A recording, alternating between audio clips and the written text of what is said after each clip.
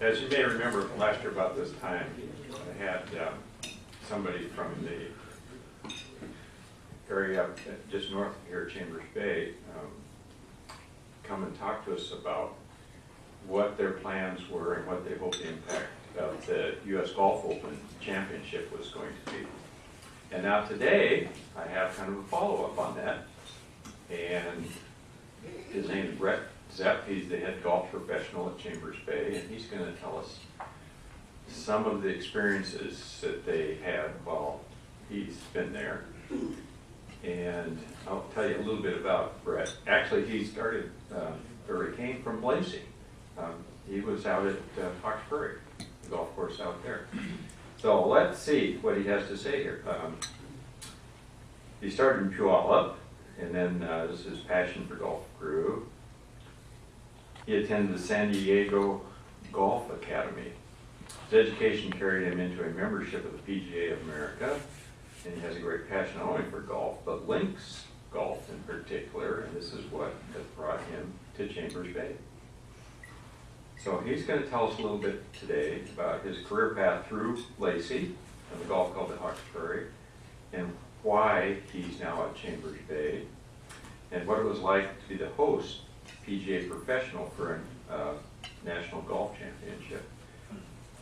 And he'll tell us a little bit about his role and the responsibilities that he had. And he probably has a couple of good stories too that he can tell us. And of course, the impact that this event had on Chambers Bay and that area, and even as far down as our area. So let's welcome Brent Zepp from Chambers Bay. He's going to tell us a little bit about what happened at the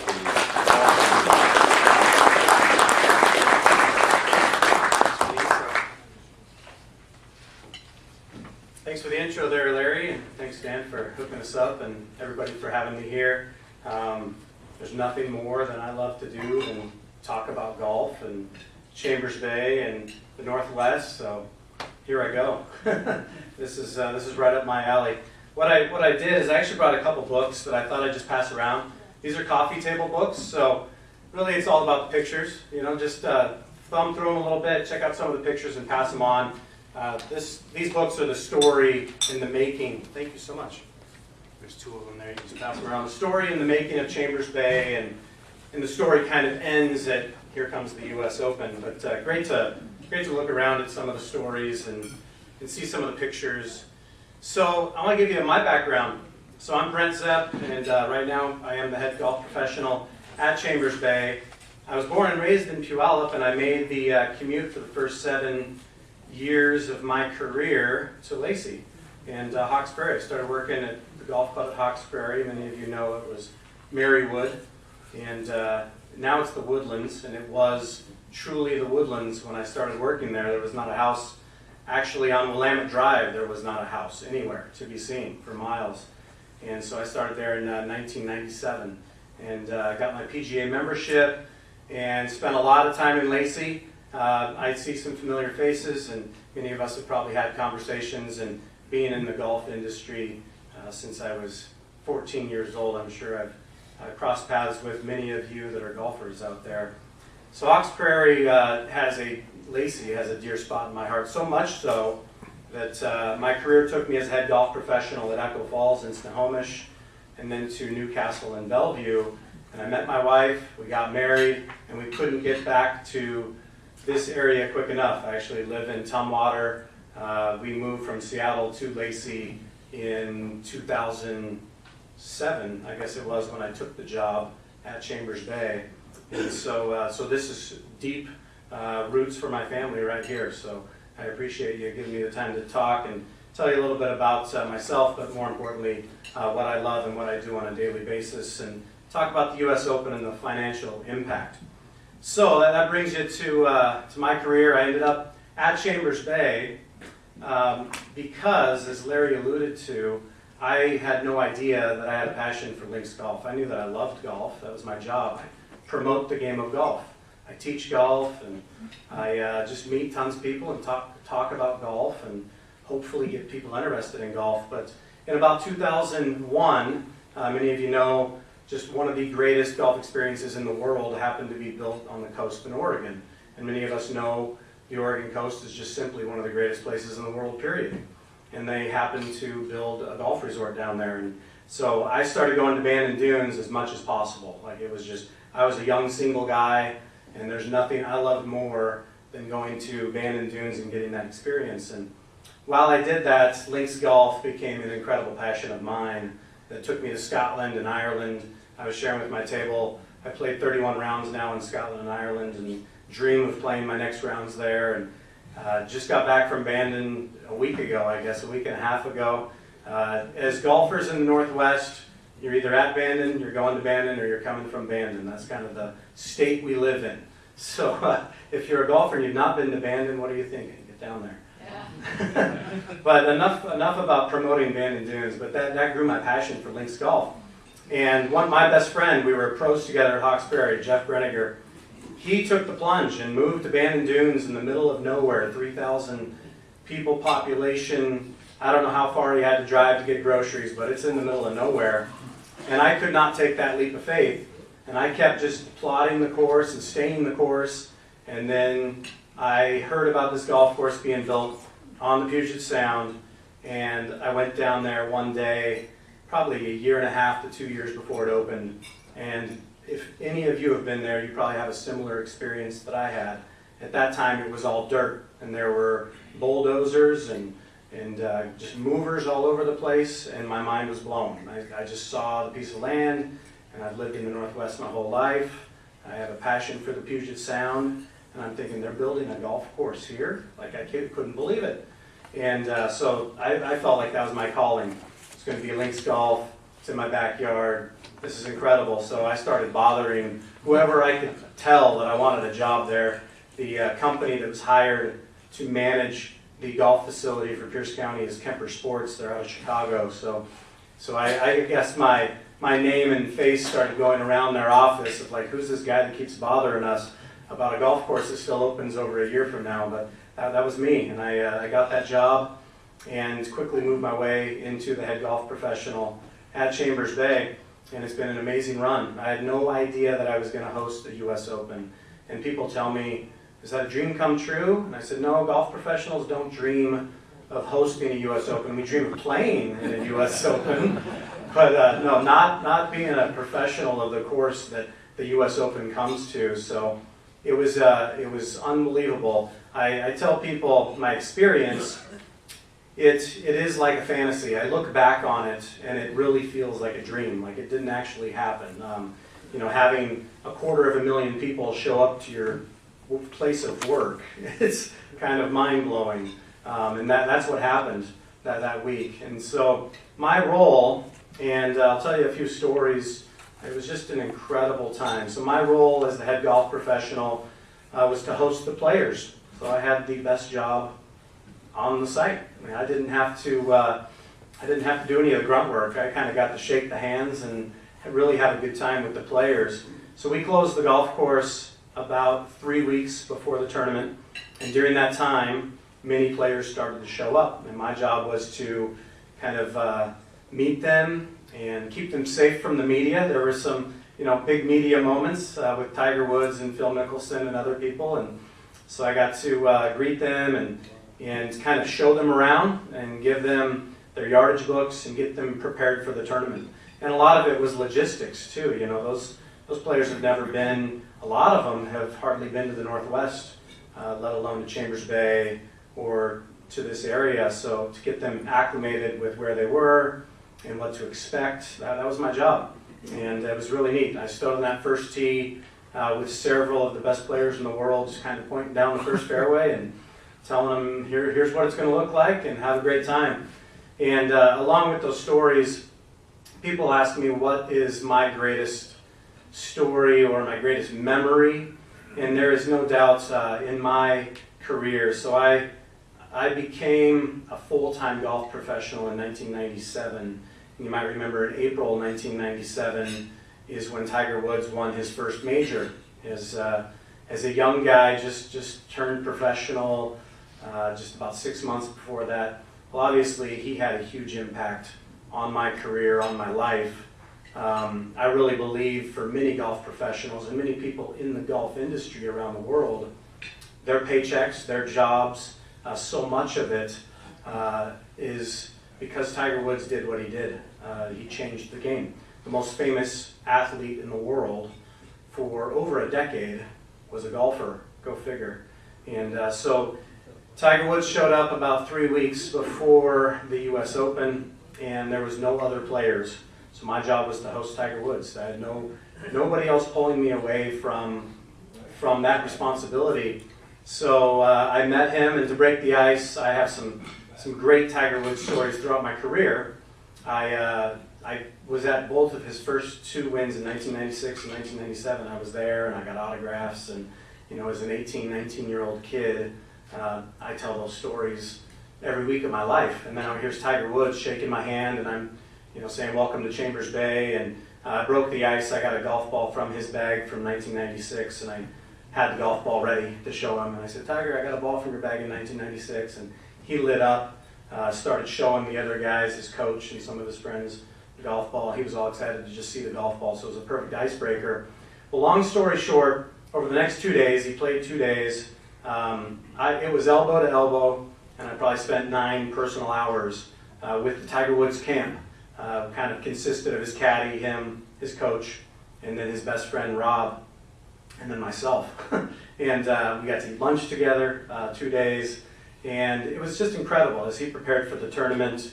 As a hindsight, looking back on this, many people kind of reminded me that Tiger Woods, obviously, his life has changed a lot since he was winning 14 majors, and some of the mistakes he made in life, and now he's having a hard time even playing the game of golf, and all of his injuries and all of that. People remind me that this experience is probably pretty unique for all individuals, not just golf professionals, but just for some random guy to get to spend that intimate personal time with Tiger Woods. That's not normal, as you can think of one of the most famous faces in the world. And so there I was, getting to spend that time, and it was excellent. We really hit it off. He was joking with me. The second day, he came walking off the green on hole 9, and I had lunch ready down there at our turn stand. It's kind of a private little place, so we didn't have to go to the media. And so I had lunch all ready for him. He walked right up to me with a golf ball, put a golf ball in my face, and I grabbed it. And I said, "Thanks, Tiger, I appreciate it," thinking he's giving me a golf ball out of his bag. And he's like, "No, look at the golf ball." And so I look at the golf ball, and my nickname is Zepper. My last name's Zepp. And there's a golf ball that says Zepper on it, and it's my golf ball. And Tiger just starts laughing. And I said, "Where'd you get that?" He's like, "I'm not going to tell you." So apparently, he found one of my golf balls in the waist area or the rough somewhere at Chambers Bay. And Tiger thought to himself, "Oh, I'm going to go tease Brent about this," and gave me my ball back, which is nice. Golf balls are $5. So I got my golf ball back from Tiger. So that's a neat story. And then the highlight moment of that time I had with Tiger Woods, no doubt, was lunch right after that moment. We were having lunch and telling stories and talking about the golf course, and Tiger's telling stories, and I kind of realized this was going to be my last moments where maybe I'd ever get this opportunity with an idol like this in my life. So I took advantage of the moment, and I said, I looked at Tiger. He's sitting down at a table of 5 people. Security was there. I got the police there as well. Sitting down at a table, and I look at Tiger, and I said, Tiger Woods, if I'm going to tell you my Tiger Woods stories, this is my moment. So here I go. And I just started telling him stories almost like I'm telling you, and I'm telling him to Tiger Woods about being at his first win in Las Vegas in 1996, and being at his second win in San Diego in 1997, and kind of the story of what I saw when I was there. And then he would interject of the story I was telling. He's like, "Oh, I remember that shot I hit, and Tom Lehman rinsed it in the water right before me on that hole." And it was really neat to be able to tell those stories. And I was at Augusta in 2007. Tiger Woods had the lead and hit the ball to my feet in the pine straw. And there I am standing over Tiger's ball, and he comes walking up. I got to tell him that whole story of how he hit the shot, and my buddy and I went backwards, and the 1,000-person Tiger throng went forward, and we're jumping up and down, hugging each other like a couple schoolgirls, like, "Can you believe what just happened?" And so I'm telling this all to Tiger, and so now I dream of telling Tiger Woods about telling Tiger Woods my Tiger Woods stories.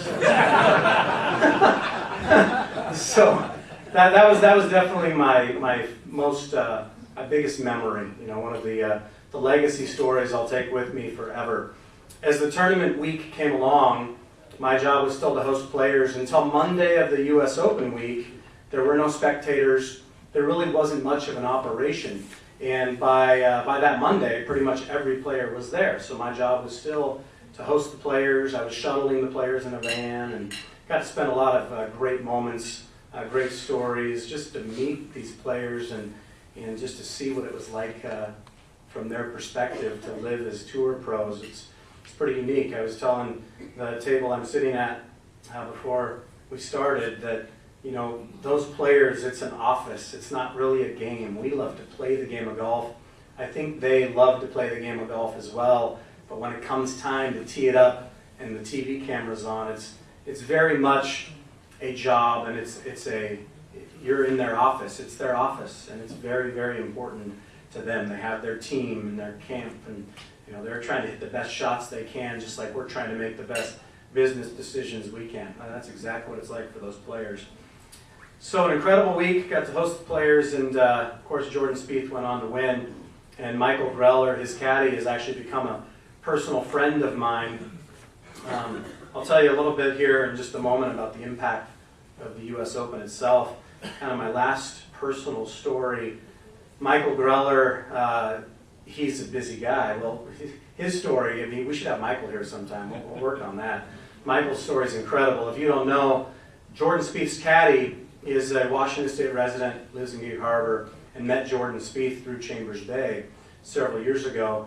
Michael, I don't know if he ever dreamed of being the richest caddy that ever walked the planet, but that's exactly who he is. He made $2.5 million as a caddy last year. Yeah, pretty incredible. But Michael, he's a busy guy traveling the world. He's in Maui, Dubai, Singapore, Pebble Beach over the next 4 weeks. That's his rotation right now. But he came back to Chambers Bay on his Christmas break. And we've been talking about playing golf, and I got to get him out there and play with him. That was his first time back since Jordan won on that Sunday. That was his first time out on the golf course. It was a really neat experience to be out there with Michael, talking about the emotions that they experienced. For you who watched the tournament closely, it was one of the most roller coaster Sundays of a golf tournament that you'll ever find. I tell people it came down to 3 bad shots. It was the best scoring day in the history of the U.S. Open on Sunday at Chambers Bay, the lowest scoring average ever. So there was Louis Oosthuizen 6 birdies in the last 7 holes, and Adam Scott shooting 64, and Rory McIlroy going on his run, and of course Jordan Spieth taking a 3-shot lead with 3 holes to play. But it came down to 3 bad shots, and it was just incredible drama with a South African slicing it over the fence when he had the lead on 16, hitting probably one of the worst shots he's ever hit in the history of the game, in the history of his game. I mean, and then Jordan takes the lead and basically shanks it on 17. Probably made one of his worst swings he's ever made as a professional. And then Dustin Johnson, 3-putting. He's got a putt to win the U.S. Open, to eagle and win the U.S. Open, and 3 putts it obviously to lose, and Jordan Spieth to hoist the trophy. So an incredible, incredible experience, and so I get to go through all that with Michael Greller as he's telling the stories and he's telling us about those emotions. So it was really, really neat. So the impact of the U.S. Open, as you all can imagine, Pat McCarthy, the county executive, she said it is the biggest event financially, the 1-week financial event in the history of the state, if I can say that right. It was a week-long event. It was the biggest impact of an event in the state history. So the numbers happened to come out yesterday when I was talking to Larry about coming here 2 months ago. You know, we really wanted to talk about some of the numbers and some of the impact that this event had, and I didn't necessarily have that information. The USGA commissioned Pierce County to put together a report, and the report went out in the media yesterday, so that was pretty good timing. I know many of you probably read that in the paper either yesterday or today. But I printed it off, and if you didn't read it, $134 million for the region, according to the financial analysis. So $134 million, and it says 16.8 million in tax revenues. It's pretty incredible. So out of that 16.8 million in tax revenues, 7 million of that was our 4 counties, King, Pierce, Thurston, and who am I leaving out? Kitsap counties. That's a pretty killer tax hit for everybody. So really, really helped. And also with the impact, you can just imagine how much Thurston County in particular really benefited from this with all of the hotels and the businesses. It's really interesting, you know, being there at Chambers Bay, kind of in that giant event with thousands and thousands of people coming in every day, bringing thousands and thousands of dollars. You would think that most of the impact was right there local, but you know, some of the reports from Stillicum and University Place is that it was planned so well that the money and the people were kind of outside, and they took shuttles in. And so, you know, Stillicum traffic, they said they had less traffic the week of the U.S. Open than a normal day, because the whole plan for that U.S. Open and those 250 million people, it was so well thought out and so well planned that a place like Lacey really benefited with filling up the hotels and all the restaurants and all the businesses that were visited by all of those spectators. If I read in here, there was many people, let's see, 1/3 of the visitors outside the state of Washington. So a number of people coming in from outside the state and outside really our country, coming in for an event like this. So huge economic impact. And that's pretty much what I wanted to mention on that. One thing that we all might be asking in the back of our minds, the U.S. Open happens every year. It happens at a different golf course every year. Will it be back to Chambers Bay? If you ask the media, who their job is to sit and talk about golf and what's going to happen in golf, it's a foregone conclusion that Chambers Bay will host another U.S. Open. So, you know, as we speak, I don't know what happens behind closed doors, but basically Pierce County and the USGA, they're having those meetings. And for the USGA, they're a nonprofit organization for the game of golf, and there's only one event that makes them their profit to pull off all of their other events, and that's the U.S. Open. So that is a cash cow for them, bringing in all of their money to run their big organization, the biggest organization really in the game of golf. And this was their biggest hit financially in U.S. Open history. So if you think about that, you think about how Pierce County benefited and our state benefited, it just would think, how in the world would the U.S. Open not come back? And then on top of, obviously all of that, is a great event. We had just one of the just greatest golf events. I was listening to a roundtable. At the end of the year, they do all the recaps. There were 4 guys in the Golf Channel sitting down talking about golf events, and all 4 of them called it the best golf tournament of the year as far as drama, just golf tournament to watch. It was the best one of the year. So with all the money the USGA made, Pierce County, and then of course the drama on the course, I'm pretty confident it will come back, and we'll hopefully get to do this every 10 to 15 years, just like Pebble Beach has done for so many years, or some of those other courses. It'd be nice if we could keep this event coming back and keep that financial benefit going for our area. So with all of that, I'd love to have questions. I'm sure there's a lot of questions. Yes? We couldn't have that. You golfers, top 10 golfers now are all new people. Yeah. What do you attribute that to, all of a sudden these people coming on the scene? That's a great question. I appreciate you asking me a question like that, because I'm not a city council member. I'm a golfer. So the young generation in golf, this last year, the player of the year on the PGA Tour was Jordan Spieth, who's barely 22, and the player of the year on the LPGA Tour is Lydia Ko. I don't know her age, but she's a teenager. And you know, I hate to say this because it's cliche, but I kind of mentioned it when I began. And I played junior golf. You know, that would have been 1992, 93, 94. I was playing junior golf. And if you go to a junior golf event today, it's nothing at all like when I played junior golf. I mean, you go to a junior golf event, you've got 120 kids with their coaches and parents, and they're traveling from all over the nation. I mean, this is their thing. You know, this is what it's all about for this family. Is this kid loves golf, and we're going to do whatever we can to get them golf and experience competition. That was not the way it used to be.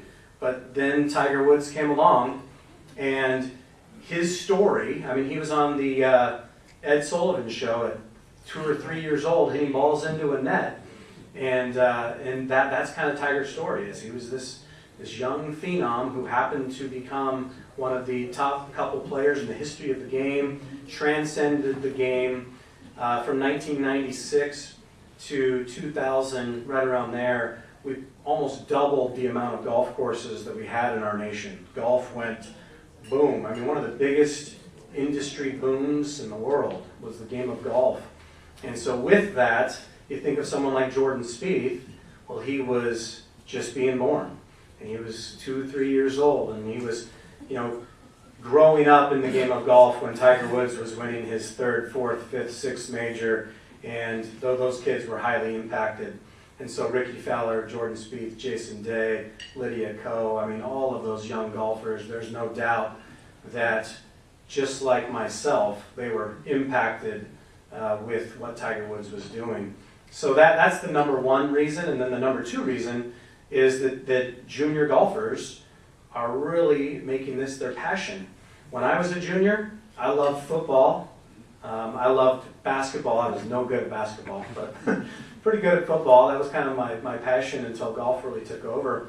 But when you go to these junior events now, it's golf, and it's all golf for these juniors. That's what they do. They play golf. So that's what you attribute it to, is passion for golf in these juniors. And it's not going to stop, hopefully. I mean, it's all young people. Yes? You mentioned all the economic benefit to the county and the region.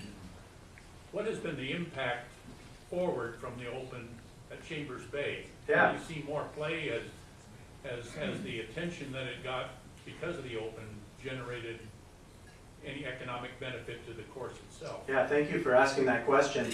It's absolutely, it has. You know, the benefit, so the announcement, it's kind of great how this works. The announcement for the U.S. Open came out in 2008, and we hosted it in 2015. So for 7 years, we got to tell everyone the U.S. Open's coming. The U.S. Open's coming. And then we got our logo to sell U.S. Open apparel 3 years in advance. And what a great benefit that has to a golf course. So the buzz has been big for a few years. Really, the last 2 years is when we saw it. 2014 was probably one of the biggest years we'll ever have. Just, I mean, you couldn't get a tee time, and the merchandise sales were astronomical. And in 2015, some of the same. And 2016, the bookings are incredible, but it's different. You know, now the U.S. Open happened, and people have the memory. And so now we're going to see people coming there with memory as opposed to this anticipation of the U.S. Open coming. But it's great for golfers. Golfers in this room, it's really neat that you can go play the golf course where that championship was held. So much of the history of the game has been these elite private country clubs like Augusta, where you're just never going to get to see that. And that's a new trend in golf, to really promote the game. So it's a huge impact. I mean, it's the middle of winter right now, so thank goodness I get a deep breath and get to take a little time off and not be so busy. But it's going to be another big season, and we don't have a U.S. Open to look forward to. One more question. All right, one more question. Well, the hand was up back there first. I'm sorry. Have you made any changes to the course right now? Do you plan to make any in the next 15 years after the negative discussion of the greens and all that? Yeah, great question. I guess I get to promote the facility a little bit at this moment. So, Chambers Bay, we wanted to have all fescue grass for this U.S. Open. It was kind of a big decision made, but the USGA definitely pushed that, and that's unique. It's really the first championship, definitely the first U.S. Open held on that type of grass. Why they wanted to pull it off, I mean, we could talk about that forever, why they wanted to do it on those greens, but the bottom line is that it was a raw golf course for that event, and the players got beat up, which is pretty normal in a U.S. Open, but it was a different kind of pain. that they experienced in this U.S. Open.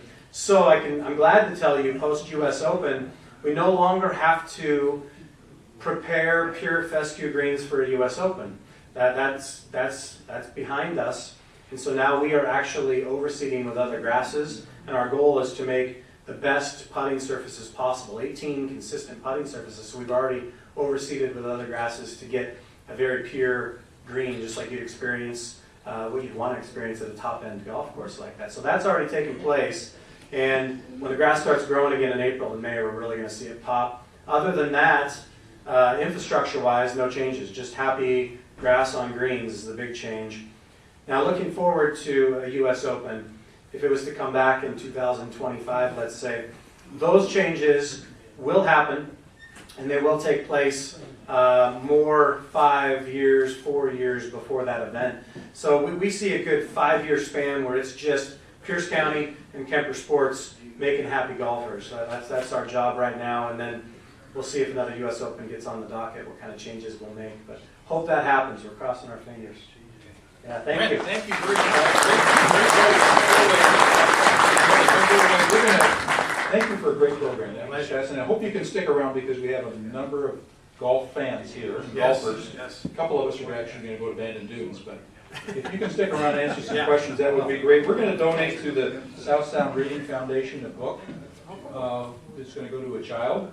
And the name of this book is depicted. It's Golf for Young Duffers by Del Trey. Yeah.